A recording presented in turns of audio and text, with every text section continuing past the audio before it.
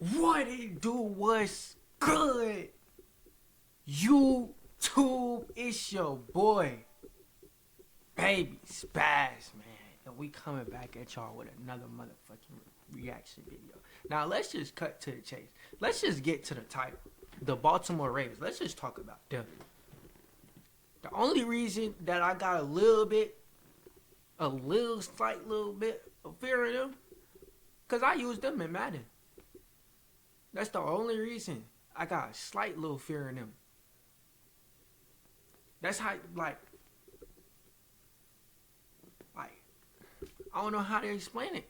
They're a good team. Whenever they lose, it's because of themselves. It's because they don't play good. They make good teams look ass.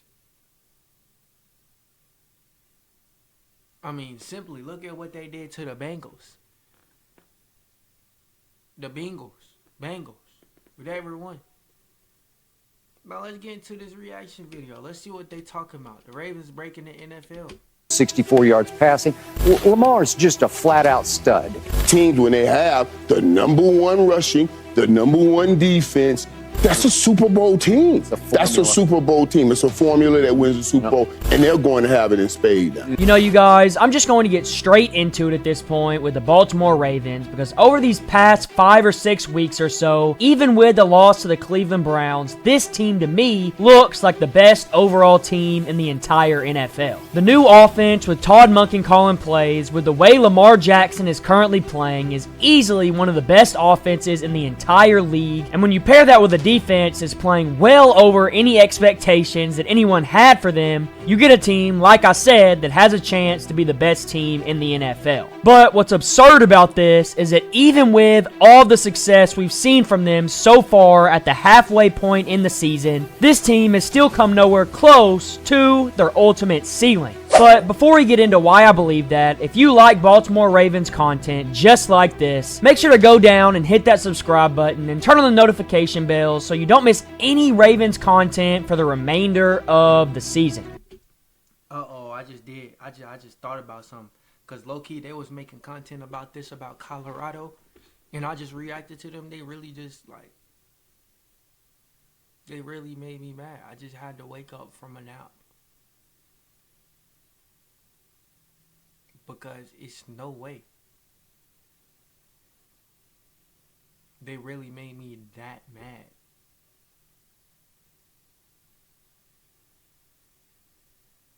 No, I just woke up and I seen Baltimore Ravens and I'm like, oh shit, what they done did. Cause they a good ass motherfucking team. I'm just keeping it real. Okay, so to get back on topic with the Baltimore Ravens, this is a team that came into the season with super high hopes, considering they got a new play caller and Lamar Jackson was coming back healthy, and the fact that they added a ton of players this offseason. The offense was expected to look a lot different, and the defense, even with a few personnel questions, still had pretty high expectations. And man, if we're just going to be completely honest, I think everyone watching this video would agree with me when I say this. This team has not only lived up to the expectations, but they've way... This low-key reminded me of a better when they had Ray Lewis and they had Joe Flacco. Joe Flacco, he wasn't really that good, but like he was doing his thing.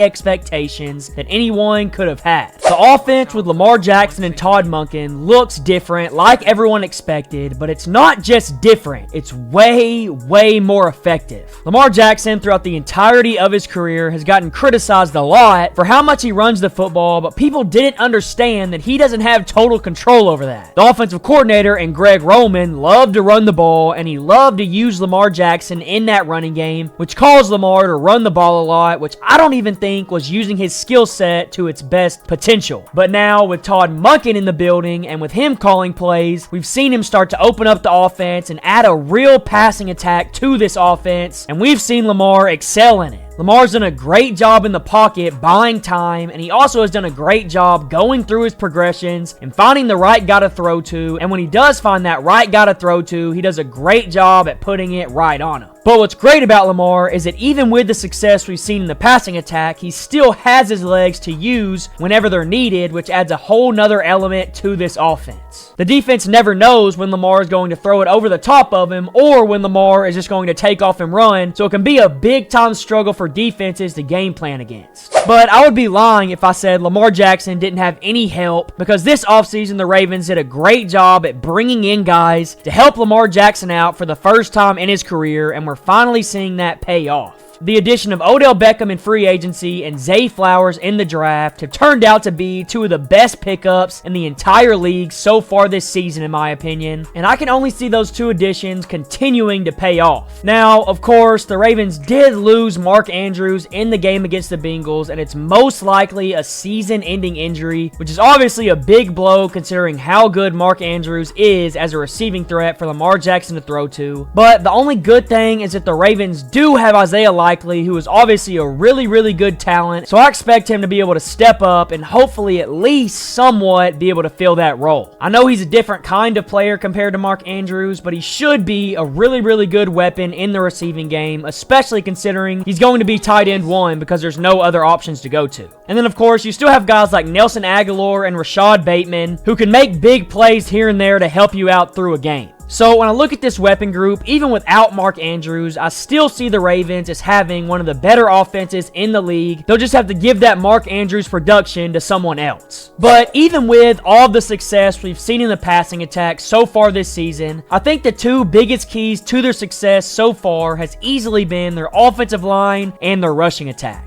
The Ravens' rushing attack has easily been the best run game in the entire NFL up until this point, and that's a big part to how Gus Edwards has been playing lately and that guy Justice Hill. Those guys have been a pretty great duo throughout the entirety of the season ever since J.K. Dobbins went down with his injury. But man, what's crazy is that they just added another guy to this duo that makes it even better. About 2 weeks ago, a guy named Keaton Mitchell popped up out of nowhere and makes some huge plays. And man, every week since then, he's continued to do just that. Gus Edwards and Justice Hill aren't really the fastest guys ever, but Keaton Mitchell brings in that speed and that quickness to this run game that can really catch a defense off guard. So as long as Gus Edwards can continue to play at the level he's currently playing at, and you can mix in Justice Hill and Keaton Mitchell to pair with that, you're going to have a great running game, especially considering the defense always has to worry about Lamar Jackson taking off and running as well. Now, I'd be stupid to say that the running backs were the only reason for the success we've seen in the run game, because this offensive line has played really well this year, and it's arguably one of the best offensive lines in the league at this current moment. The Baltimore Ravens' run block win rate is currently at 73%, which is 6th in the NFL at this current point, which shows why the run game has been able to be so successful. And their pass block win rate is not too far behind because it's almost 60%, and that ranks 12th in the entire NFL. So overall, as a complete unit, when the Ravens are playing with a healthy offensive line, they're easily one of the better units in the entire NFL, and that just helps this whole offense play at a lot higher of a level. But what makes a team great isn't the fact that they have one side of the ball that's really good, it's the fact that they have two sides of the ball. I'm not gonna lie. This nigga started yapping and I started zoning out. He just, like, we know the Ravens is good. Like, you ain't gotta tell me nothing. He really not talking about nothing but stats and, like, how the team is over and over again. No disrespect to the guy, you feel me? But I really hope y'all motherfuckers enjoyed that motherfucking reaction video. You know what I'm saying? And we probably finna head out this bitch because I ain't gonna lie to y'all. Say goodbye, my nigga.